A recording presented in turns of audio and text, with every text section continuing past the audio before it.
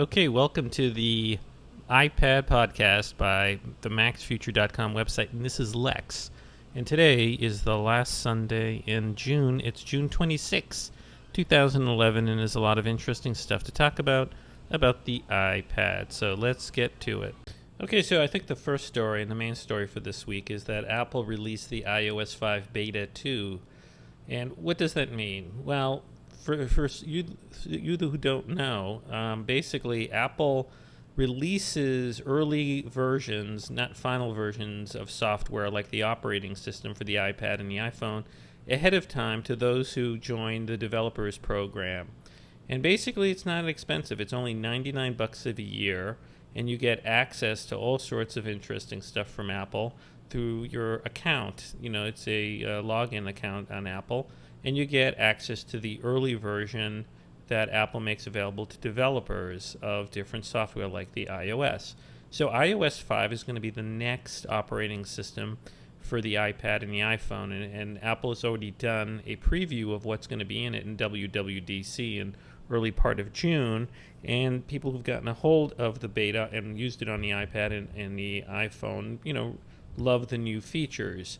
So what the Beta 2 is, it finally gives people who have access to it some of the great new features that are going to come to the iPad and the iPhone. And one of the greatest features is there's going to be wireless syncing.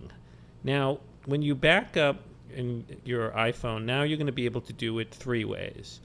One way is the old-fashioned way, which is just connect it to your computer by USB cable and have it sync and back up to iTunes.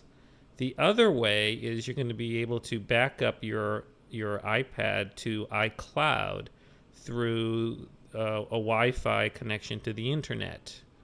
And the third way is going to be you're going to be able to wirelessly sync and back up your iPad to your computer iTunes just wirelessly through Wi-Fi. And so now that's implemented.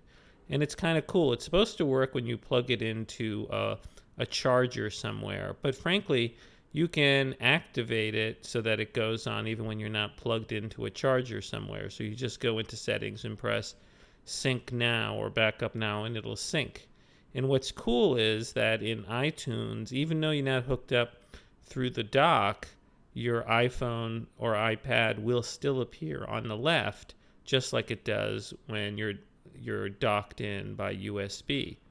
So this is pretty cool, and I guess it'll make some people happier.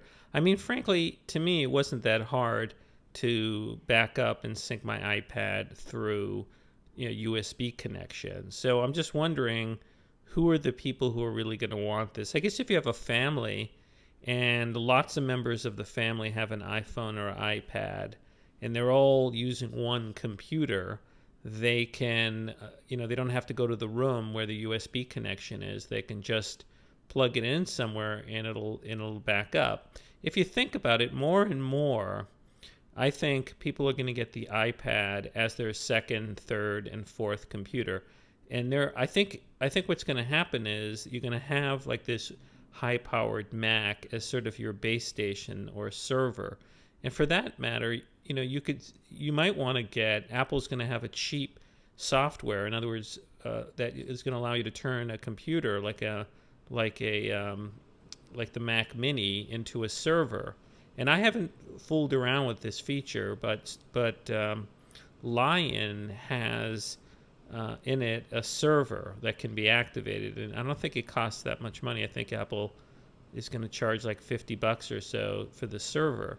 And if you think about it, maybe what households will have are just a Mac running as a server and then iPads as your main computer. So anyways, so that's one of the main features in iOS 5, the ability to do wireless syncing.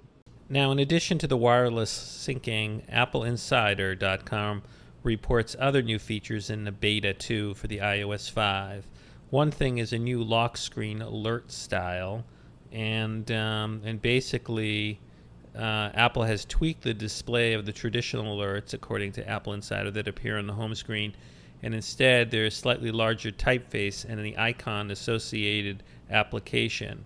After a few seconds with interaction, these alerts will morph into standard lock screen alerts that tile one after the other on the lock screen. So little tweaks to that. Also in iMessage, which is also on the iPad, there's a receding keyboard. So I guess when you start typing and stuff, the keyboard goes down, which is kind of a clever little tweak. And there's also a new iCloud icon now in iOS 5. So the icon looks like a little different. So these are minor tweaks. Okay, so now that we're into the summer, one of the big speculations and questions are what devices can actually compete with the iPad, which really created the whole tablet market and is a juggernaut in and of itself. And Computer World had an article out on June 24th entitled, "Can HP's WebOS and touchpad slow down the iPad?" And basically, they do an overview of it. And, my opinion is this. Here's one of the challenges that HP has with its touchpad, which is going to compete with the iPad. It has a totally different operating system, WebOS, than the iPads, but also totally different operating system than Android devices, and then, of course, totally different operating system than Windows. So the question is, who's going to really go for it? On one hand, HP has a huge presence in enterprise, and enterprise means big business and schools and government.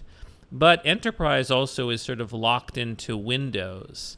And if you were going to do anything other than Windows, why would you go with something that's WebOS instead of at least Apple and the iPhone or the iPad and not something like Android? In other words, you're investing in maybe the third or fourth run operating system. So does HP really have a chance with WebOS to carve out that niche? Isn't it going to be a crowded field? How can we have so many operating systems? So, I think the big bet is going to be that anybody who doesn't go with the iPad as a tablet is going to go with either Android or a Windows tablet. I'm highly skeptical that HP can really pull it off with the touchpad.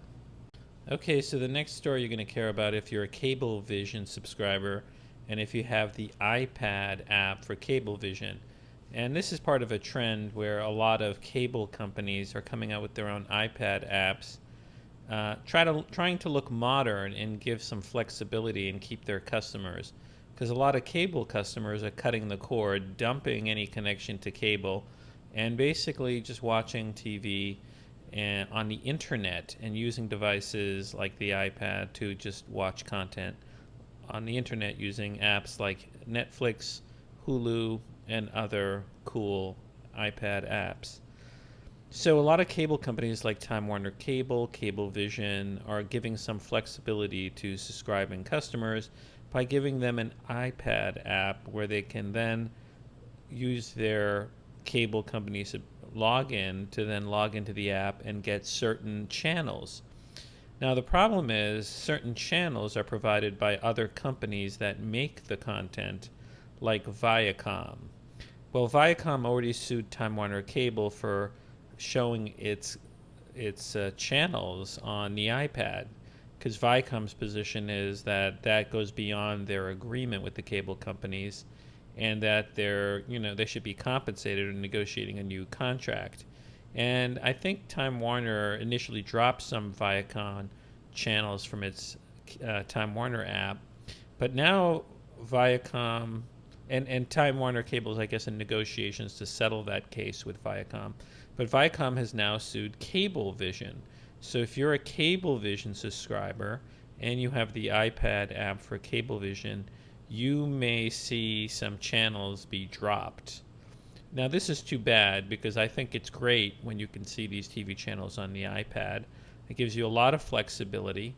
You could have one member of the household watching TV on a regular TV, and then somebody else in the household wants to watch something else. And you have one of these cable apps, you just pull out the iPad and you watch what you want to watch. So anyways, I think this is going to be something that's going to be sorted out in the coming months. Okay, so the next story from Apple Insider is not that surprising.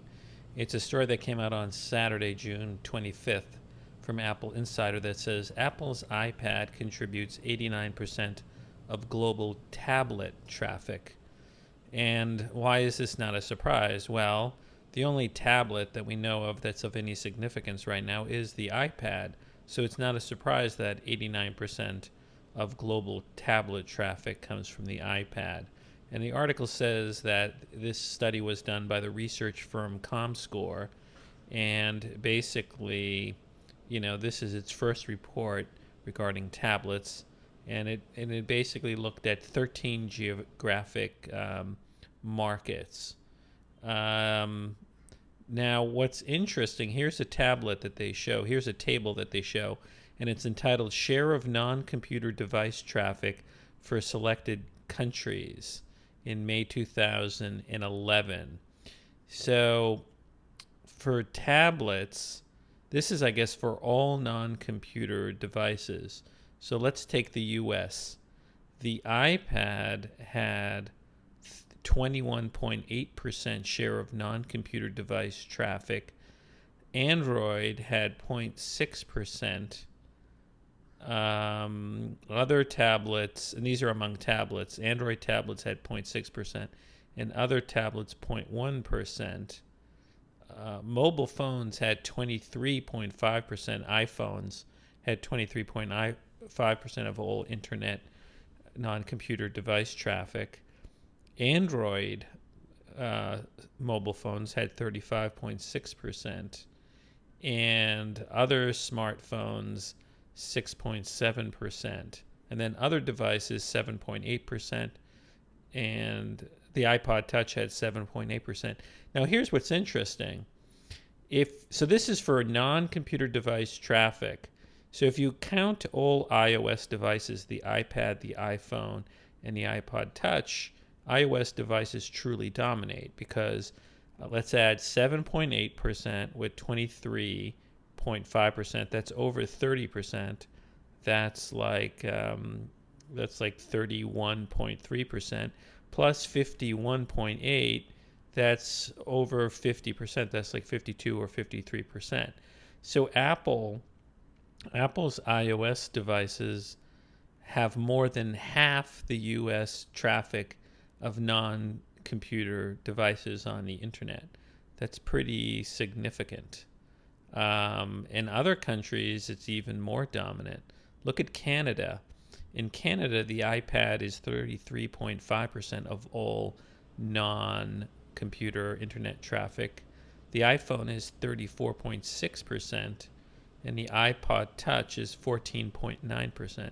So let's quickly add those up. We've got 49%, and 33% is over 80%. So over 80% of the non-computer internet traffic in Canada is from iOS devices. So I think that's a much more interesting figure than the figure that the iPad contributes 89% of global tablet traffic. The more interesting question is how dominant iOS devices, whether they're iPod Touches, iPhones, or iPads, how much they dominate non-computer internet traffic. Let's take a look at the UK. The iPad accounts for 21.3%. The iPhone, 29.9%. So right there, we have over 50%, like 52%. And then the iPod Touch brings it to 58%. So these are interesting statistics. It'll be interesting to see if Apple can keep those percentages going. Okay, so Final Cut Pro, the next version of it finally came out on the Mac this week, and it had a lot of controversy. And so why am I mentioning Final Cut Pro? in an iPad show? And that's a good question. And I'll tell you why. Because I think the iPad could have some use when it comes to Final Cut Pro and editing movies on the iMac.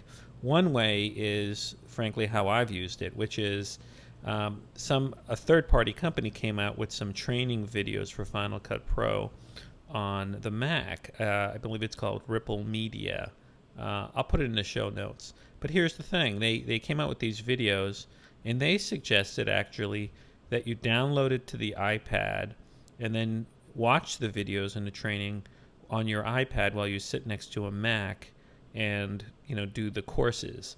And the iPad is just essential for this, because having the iPad next to the Mac as you have the Final Cut Pro open and you have these training videos, it's the perfect companion. And so I bet you this happens more and more, where videos come out on the iPad as training, because it's so easy to prop up while you're next to a computer. And earlier I was in a coffee shop, the Starbucks, and I saw someone, all these people with computers and laptops, and there was somebody with a laptop who had the iPad next to them. So I do think that a lot of people are using the iPad in conjunction with a Mac or another computer.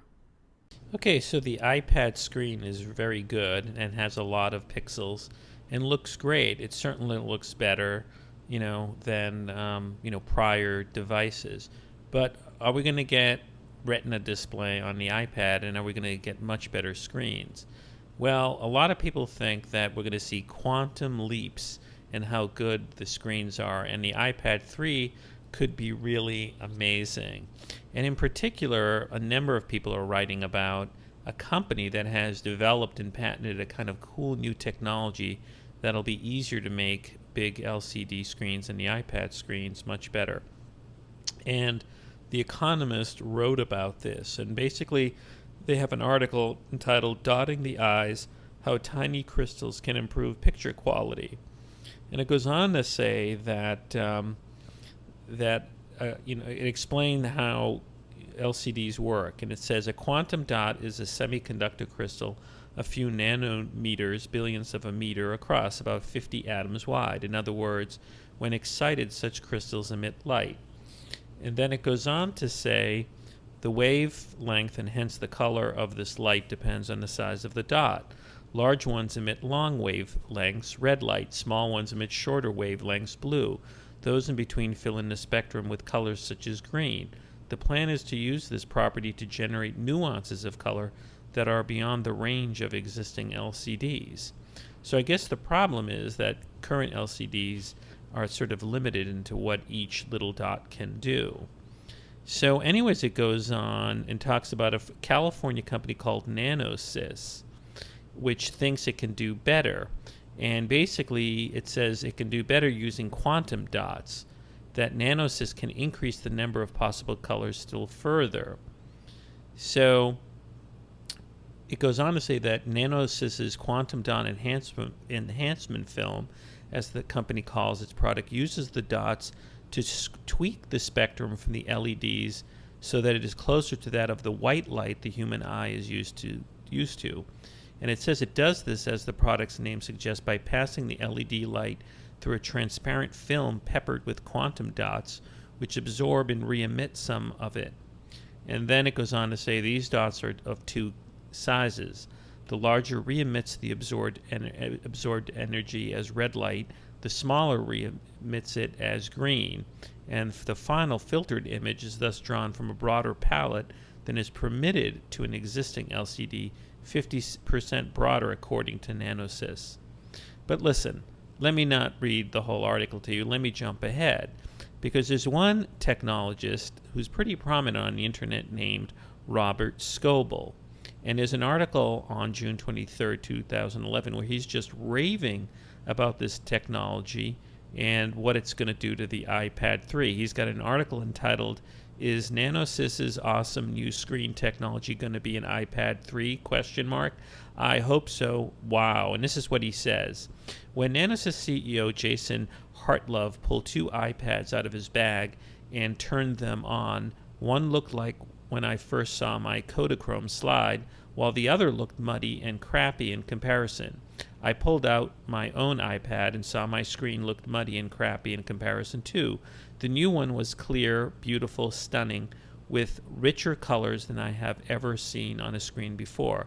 Is that the new Retina display? I immediately asked him. No, it's not a higher resolution display. My eyes were telling me otherwise. What the F is going on there? I asked him. He calmly explained what Nanosys did and why they own 400 patents on what they were showing me, which they call quantum dot enhanced film. 400. This technology is so important, The Economist magazine just wrote about it, and they don't write about startups very often. Even better, it's designed and made in the USA. He goes on to say, unfortunately, you can't see the difference in the screen very well. Why? Because you're watching this video in an old CRAPPY Dell or a Macintosh or an old-style iPad. When Nanosys starts shipping its screen technology later this year, our lives will change forever. He goes on to say, every screen in your life will look dull and lifeless compared to a screen with Nanosys technology in it. Now let's go through the business advantages. Does not take more battery life, does not increase cost, does not require a new display architecture to push out more pixels, or GPU that is 4 times as fast to support more pixels. They can make a lot of it. They have patents up the yin-yang, and his company is real and funded by best VCs. So, it sounds to me this is a company that Apple should buy, and that this is something that's really going to change screens if it really works. It sounds like they don't really have to change the manufacturing process, just put this technology in. So I'm really looking forward to this. I hope Mr. Scoble isn't just, blowing smoke. Okay, here's a story that was bound to happen. Huffington Post reports that a jogger touting an iPad was mugged in Central Park Wednesday of this week. And the article says 2 attackers jumped the 46-year-old man at 6:15 a.m. near the park and began to punch him. He dropped his iPad and the muggers fled. And it says the condition of the victim is unknown. It goes on to say that the rise in smartphones and tablets have led to a huge increase in petty crimes. The Wall Street Journal reports that in 2011 there were 311 larcenies on the subway, which was a 17% increase from the previous year. And the Post reported last year that Central Park had the higher rise in crime in New York City. But my question is this: who would jog with an iPad? I mean, isn't that a little clumsy? I mean, how would you jog with an iPad? You can't jog with one hand. The iPad's too heavy to hold the iPad in one hand while you jog. And if you hold 2 hands the iPad, isn't your body movement as a jogger kind of awkward? Because when you run or you jog, shouldn't your right and left arms go back and forth? So I find this very odd, and I don't think you're going to see a lot of other joggers with iPads getting mugged, because I don't think many people jog with an iPad. I can see jogging with an iPhone or an iPod Touch, but an iPad, really? Isn't that crazy? Okay, so let me just tell you that one of the features in iOS 5 that's going to be coming out in September is truly revolutionary and will truly transform the iPad into the ultimate road warrior device for, showing content to people, or for even teachers, or frankly for anyone. And what I'm talking about is a new feature on iOS 5, which is Wi-Fi wireless mirroring, where if you have an Apple TV hooked up to a monitor or a projector, you can just walk around with your iPad, and I guess your iPhone too, but with your iPad, and wirelessly mirror whatever's on your iPad to the Apple TV, to the big projector. Of course, you're going to need a Wi-Fi network. This brings me to a post that I made recently, which is that Apple really needs to give the Apple TV a Wi-Fi broadcasting ability or the ability to create an ad hoc Wi-Fi network or make the Apple TV into a router. Because right now, if you want to use the Apple TV with the iPad, you need to have a third device, which is a Wi-Fi router. Because right now, AirPlay only works over Wi-Fi. It doesn't work over Bluetooth. And actually, I don't even think the Apple TV has Bluetooth right now. It just has this IR receiver for the little remote control and Wi-Fi. But really, why doesn't Apple turn the Apple TV into a Wi-Fi router? It would kill two birds with one stone. It would reduce clutter in a lot of households, right? Everybody has like a router. Everybody has an Apple TV. Well, you would combine the two together. That would be both your router and your Apple TV. But the beauty is if you had like an Airport Express built into the Apple TV, it would be great for road warriors. For example, let's say I'm going to give a PowerPoint or keynote presentation at some conference. Well, I could bring my little Apple TV, plug it in somewhere, and hook it up to the projector. But if I want to walk around and do the wireless mirroring from the iPad, I'm going to have to get like a router, or hope that there's a router there or a Wi-Fi capability there. Now, the other thing that Apple could do is allow the iPad itself to become an ad hoc Wi-Fi network.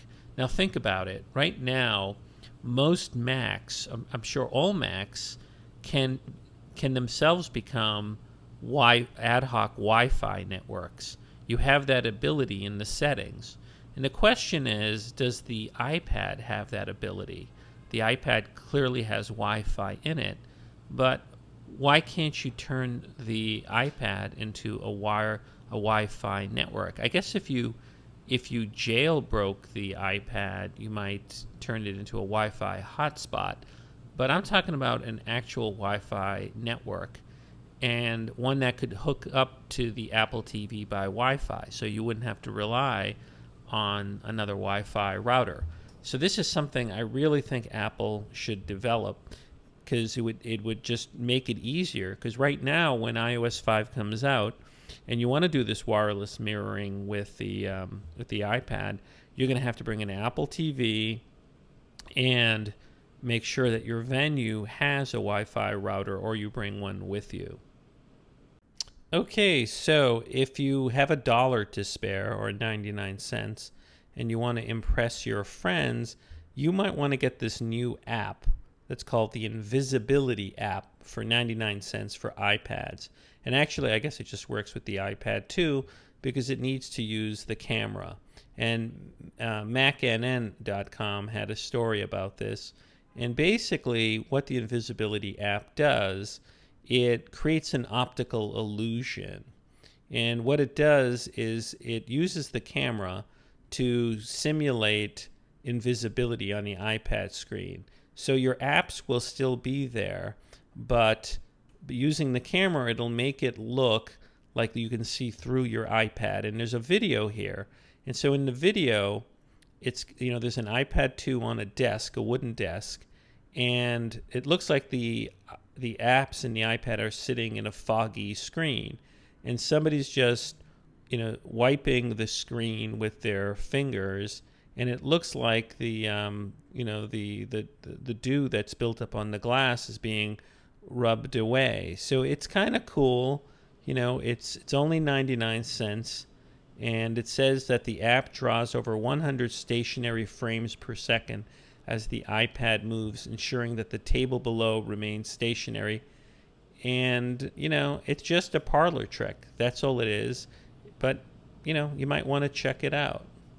Okay, so we're starting to see a trend in the App Store for iPad. And the trend is some people are taking famous books and creating these apps that are sort of like encyclopedias, or, high content related to a particular book or a particular poem.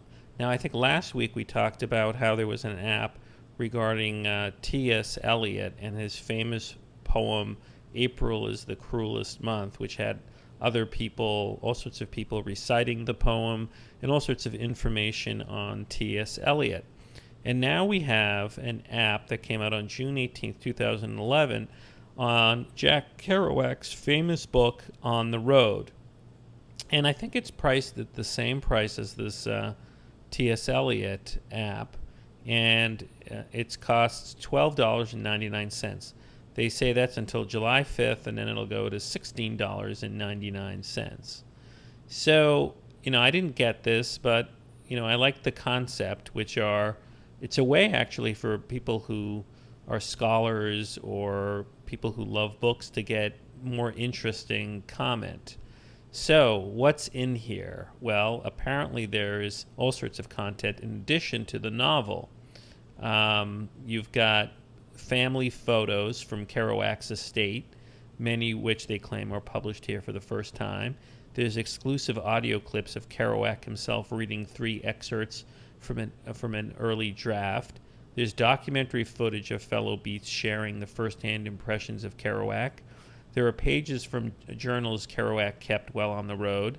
There's reproductions of Kerouac's first draft of the novel on a 120-foot scroll, as well as later typescripts with corrections made by him and his editors. There's a slideshow of cover art from international editions, and there's a collection of original reviews and a tribute to Kerouac and On the Road by leading artists from John Updike to Bob Dylan. So, there's all sorts of stuff in here. There's also a fully interactive map of the legendary trip from 1947, 1949, and 50.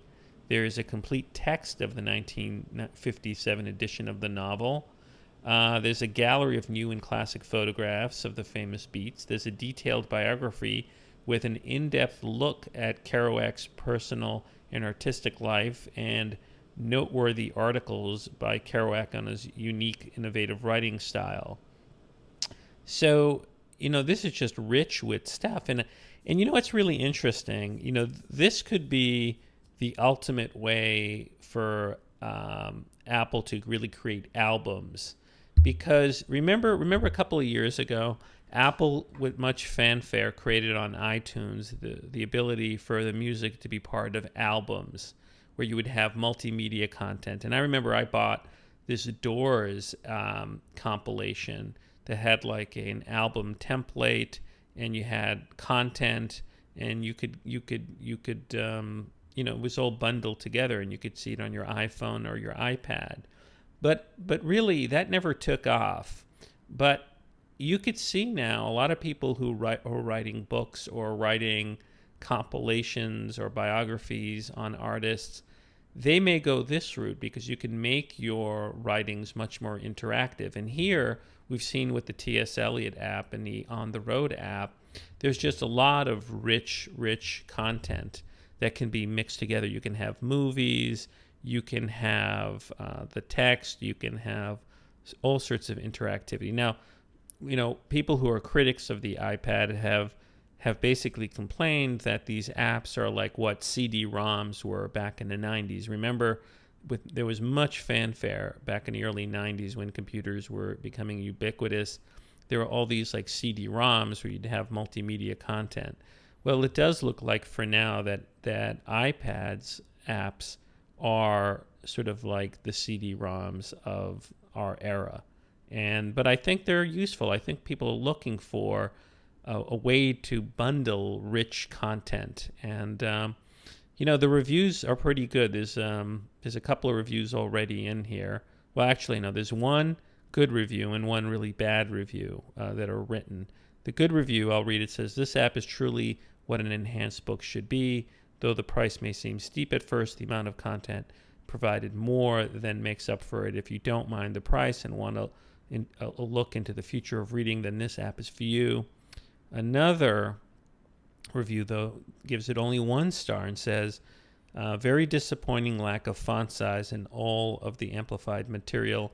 Very excited to pick up this amplified edition, only to find that all of the amplified content, i.e. not the original book, are laid out in this very tiny 8-point or smaller font. I guess I've been spoiled by reading books through iBooks or heck even Penguin's in-app reader being able to change the font size should be mandatory for any aspect of literary app, especially when the very pretty layout lends itself to only very small bands of text. Very disappointed. So this isn't too bad, because it sounds like this person's major gripe is that the font size could have been better. The overall rating out of 5 stars is 4.5 out of 15 ratings. So look, if you're really into Jack Kerouac and on the road, this isn't that expensive. It's the price of really a book. Okay, so now we're in the middle of tennis, and that is the Wimbledon tennis tournament, which is on from June 20th to July 3rd. And I just want to remind everyone, there's a free app. Now, really, it's an iPhone app, but it works on the iPad too. And it's the free Wimbledon app. And I guess it's the official app by the All England Lawn Tennis Club. But the key features are that you get live scoring updates and completed match results during the fortnight. You get all the latest news updates from the tournament. You also get Radio Wimbledon, 3 channels of live coverage from Radio Wimbledon. You get the schedule, the daily schedule of play. You get the draws, the draw brackets for the 5 main events. And you get video. You get daily on-demand video highlights. And also, if you're on Twitter, you can follow your favorite players as they progress through the tournament. And there's a visitor's guide if you are going to the tournament. So look, it's free. More and more venues are doing this. It looks kind of nifty. And again, if you're into Wimbledon or any sort of tennis, you should get this free app, because it's a real great way to follow the tournament. Okay, so good news for those who like Skype, because it looks like there's actually going to be a specific iPad 2 app made by Skype, officially by Skype.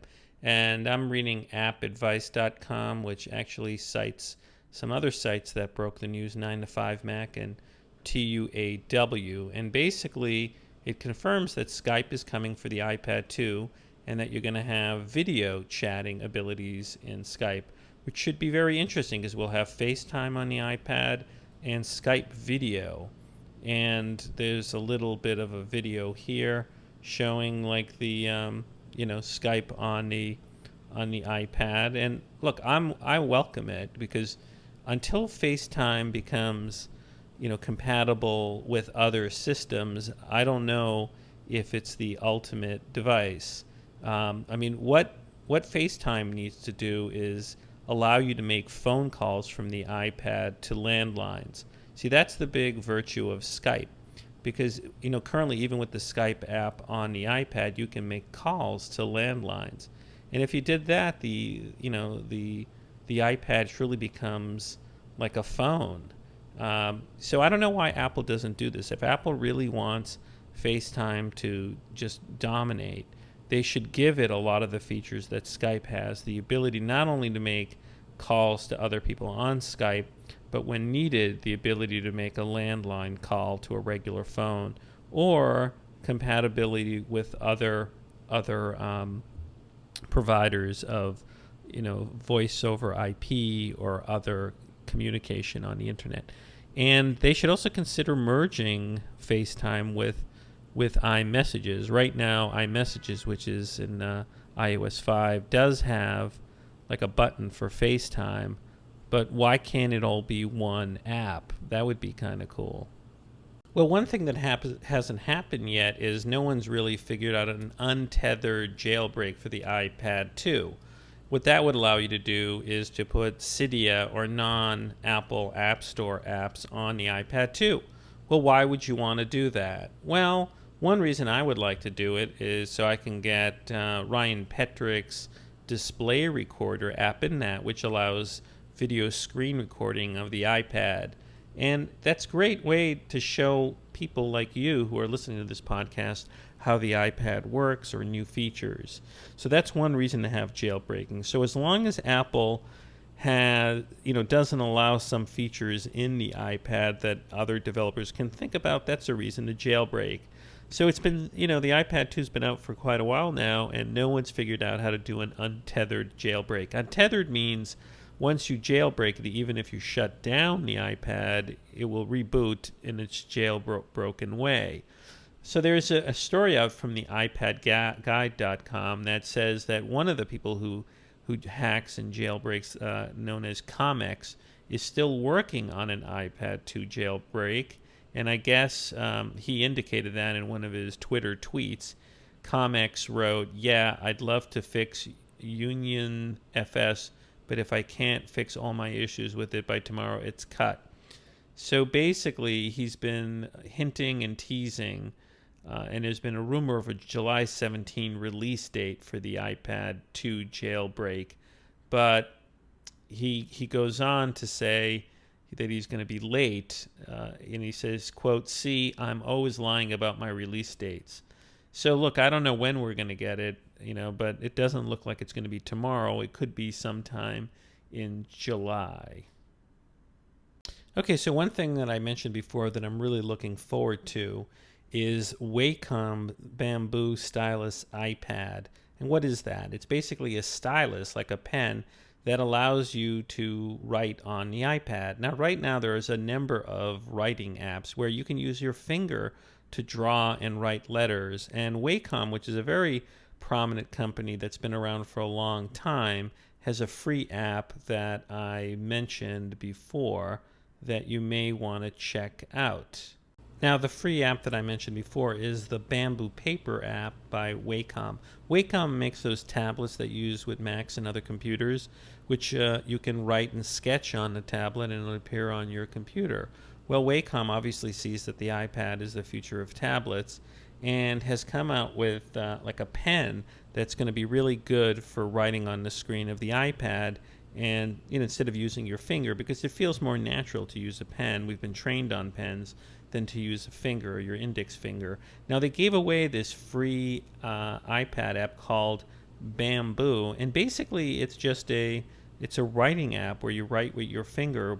But I got to tell you, they really did a good job, because I don't know what their technology is, but of all the sort of pen writing apps where you like really do handwriting with your finger on the surface of the iPad, Bamboo Paper, there's something about the writing and the etching which is really smooth and seamless, and the curls, like other apps when you sort of like write and scribble, it seems a little, I don't know, jagged or jarring. And in here, there's like no lag. There's no hesitation. The software works really well, and I feel like if I get this Bamboo stylus, I'm really going to be able to jot down notes on the iPad. So I could see being at meetings and just jotting down notes. And people have been really raving, I guess, about the free Bamboo Paper app. And I guess it's not going to be free forever, but you should check it out. It really is great. And I'm going to try to get this stylus from Wacom. It's not shipping yet. You can order it, and it sounds like it's going to come in a couple of weeks. But everyone has always said no, you shouldn't use a pen or a stylus with an iPad. But I do think it's good for that, and I think there's going to be situations where you want to use a pen to jot down notes. Okay, so another app that's free that you might want to get if you like, being notified of good and cool iPad apps is an app that was just released by a website called Stylish iPad Apps. And I've mentioned them before because I check on them every now and then. They give me ideas for iPad apps that I'm not aware of, because they have a blog that it's just really, it just basically sort of reprints the iPad apps that they think are stylish, and just take the content from, the App Store, the pictures and all that, and publish it. And really what they're doing is they're curating apps that they think are particularly cool in the App Store. And so they have an app out now, their own app called Style Apps, Stylapps, and it's a free app. And, it basically can do a number of things. Okay, so here are some of the features. You can see multiple categories in the App Store, and you can see your favorites. You just press fave, and the app will be added to your favorite section. You can tell a friend about a particular app. You can see the developer's web page through the app browser. You can you can search whatever comes to mind in the search box, and you'll find a stylish app. And you can buy the app with a single click of a button. You can buy an app in your app store, and it has one finger swipe lets you turn over on one page, and then two finger swipe lets you jump 10 pages. So what's the whole point of this app? It's like the blog. The point of the app is to curate, I guess, some of the better iPad apps. And I think they've done a pretty good job. I like the stylish iPad app website. And I think they've did a good job, sort of identifying some of the more interesting or better apps. Obviously, there's zillions of apps in the App Store, and they don't publish or report on all of them. But again, it's like a free app, and you have nothing to lose by getting it. Okay, so not all apps are free, and while your kids may love Disney, Disney likes making money. So one of the big blockbuster movies that is coming out this summer is Cars 2, made by Pixar, which is now part of Disney. And Disney Publishing has come out with an app called Cars 2 Storybook Deluxe, and it's a $5.99 app. And well, your kids might really love the app because it basically follows the movie, and it's almost like a preview for the movie. So it's going to probably end up causing you to take your kids to the movie and pay for it. So basically you have two reading modes in the app, and you can follow along as the story is read out loud or explore each page on your own. You can play games in the app that are inspired by the movie. You can test your memory in Tokyo Lights and try your hand at Mater's Tire Toss. You can record your voice reading the story and hear it played back as a narration. Now, that feature, frankly, I remember one of the first story-like apps on the iPad when the iPad came out had that feature where you can read your own voice. You can read the story yourself and record it for your kids. You can also tap characters and objects for animated surprises. It also includes 5 coloring pages and 5 interactive jigsaw puzzles. And what else? You can also jump to your favorite page with visual page index. Now, they say that it's $5.99 for a limited time, and that it'll then go to $8.99. And, this is a tactic I see with a lot of apps. How many apps do you see that they say it's free only for a limited time, then it's going to be charged something? And I don't know if they ever actually raise it. But look, again, compared to the price of the movie, $5.99 is not that much. You might want to check it out if you have a kid. Okay, so are you an iPad 2 addict? Well, I may be, and you may be, but somebody in the Philippines certainly is. And there's an article out that I guess, got the attention of people who follow the iPad. And it's an article entitled iPad 2 Addict I Was Called by someone named Alma Buevlo. And it's published in the Philippine Star. And it's kind of an entertaining post about the iPad and its addictions. And ask yourself if you fall into this category. And the person writes, am I, according to somebody who shall not be named, I have become an iPad addict overnight. I'm neither agreeing nor disagreeing. As with any gadgets I've owned, the latest always steals away my time and attention the most. That is until a new and better one comes along. The remark, I believe, is more like a personal jab because I have scoffed at those who drooled and wanted others to also drool over iPads. I like my iPad 2, true, but it's my eyes that it causes to water, not my mouth. With a sleeker profile and finish than the original model, and with a good display to view all kinds of media files, the iPad 2 is a real piece of eye candy. It's easy to use it for hours until you're teary-eyed. But now every facet of the iPad 2's technical specifications and functionalities has been written about, discussed, and critiqued, so I won't go into that anymore. After using it for a month, however, I now have a good sense of its real worth to me and know exactly what I like and dislike about it. Experience is the best teacher, and the following is what I've learned so far from iPad 2. And this is what Alma Buevo goes on to say. It has very high entertainment value with all the games, videos, photos, podcasts, music, web, FaceTime, and ebooks it holds. Really, who needs sleep? And then it goes on, point 2, as I suspected all along, it would be a hoot with the 70-year-olds and 7-year-olds. Never was there a device that made both age groups fight for control as to whose finger would slice a fruit in half, launch an Angry Bird, or rub Talking Tom's belly. The technophobe seniors respond well to touchscreen technology. It goes on to say, on days you don't want to bring a computer, even one as thin as the 11-inch MacBook Air, bringing an iPad 2 instead guarantees you won't be bored, be offline if it's Wi-Fi and 3G model, and be unproductive.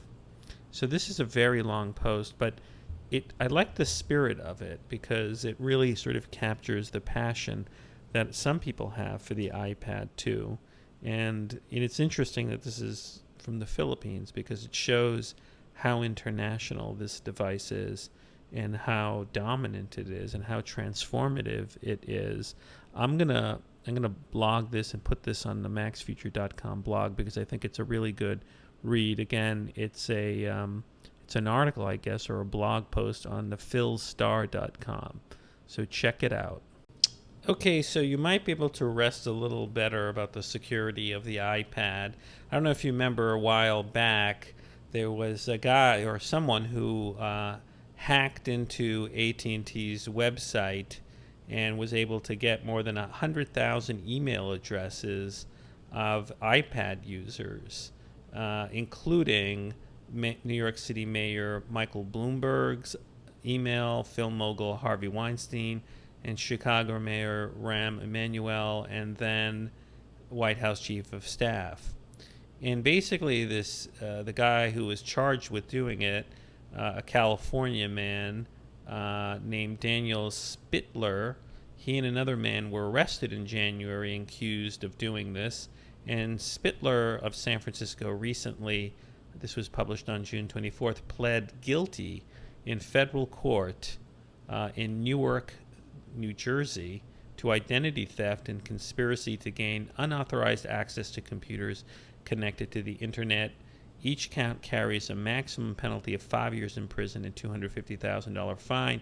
His sentencing is scheduled for September.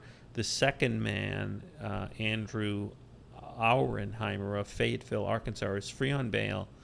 So, this was one of the few sort of iPad-related hacking things that we saw. And I think, you're going to see more hacking related to the iPad as the iPad really becomes like one of the most dominant computers out there, because it really is a computer. It is replacing computers. Last year, 15 million were sold in about 9 months, and it could be like 40 million sold this year. Okay, now I love all sorts of gear that connects to the iPad and the iPad 2. And, I've got all sorts of things. Like I've got that HDMI connector that allows you to have a HDMI out connector from the iPad. I also have like the camera dock connector, which essentially turns the iPad into a USB connection so you can connect like a microphone like the Samsung Meteor.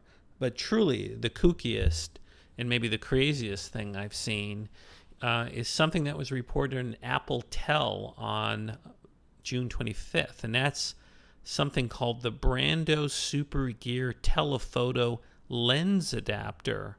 So, according to this site, there actually is a product that allows you to put a telephoto lens on the iPad.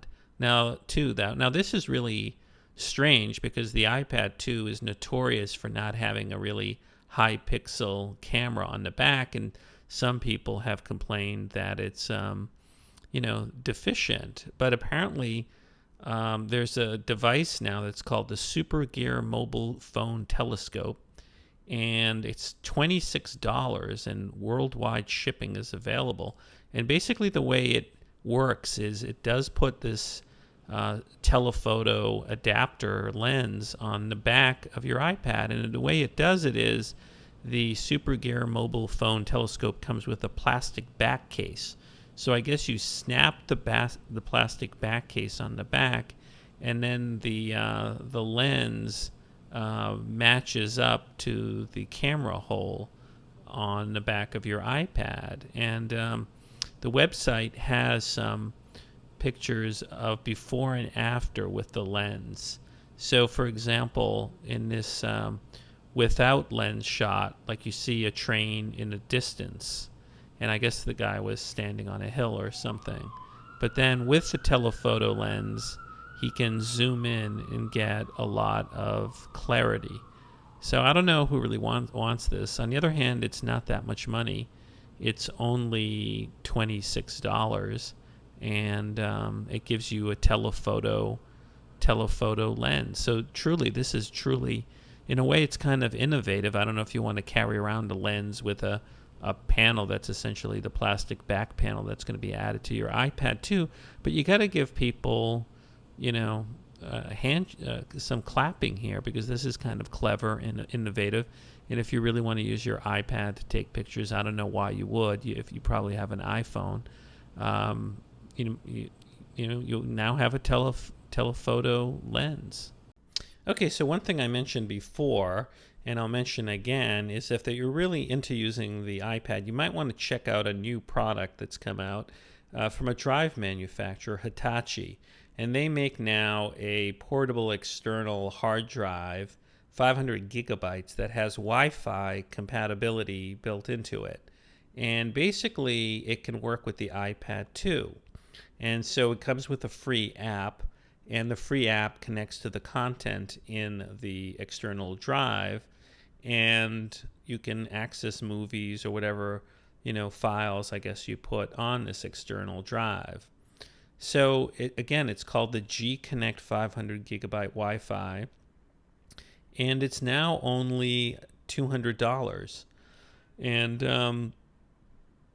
I think it's a good product. And frankly, listen, if anybody out there bought this and is using it, I'd love to hear some feedback as to what you think. Just email me at maxfuture@gmail.com. And look, I think this is the wave of the future, because this and iCloud really means that you don't need to worry about having lots of SSD storage on the iPad, because as we use the iPad more and more, 64 gigabytes, which is the maximum size of an iPad, might not be enough for all your movies and all the content that you want to take with you when you use it. So I bet you Western Digital and Seagate and everybody comes out with a hard drive that has Wi-Fi built into it, and then an app that allows you to access it. So if you have it, let me know. Okay, well, thanks for listening to episode 60 of the iPad podcast by Lex. Wow, I can't believe we've reached episode 60. It's been more than a year. I started this right when the first iPad came out. And it's been fun doing this podcast. And look, I'd like to continue it, and I'd really appreciate if anybody can give positive feedback in the iTunes store. Any positive feedback helps this podcast get noticed in the iTunes store. And also, remember, I have a video version of this podcast where I show the screen captures of the various sites and the products that I'm looking at. And you can find these screencasts also under Apple Things in the iTunes store. It's a separate channel that has the video screen grabs for the iPad podcast as well as the Apple podcast that I have that comes out on Fridays. In addition, you can find this content on YouTube. I have a YouTube channel, Max Future on YouTube. Just Google it and you'll find it. And also on Blip TV. If you go to Max Future on Blip TV, you'll find the video versions of both the iPad podcast and the Apple podcast. So if you're ever stuck and want to see, some of my screenshots of the apps and websites that I'm covering that report iPad news, please check them out. So this is Lex from maxfuture.com. Thanks for listening, and see you next week with episode 61.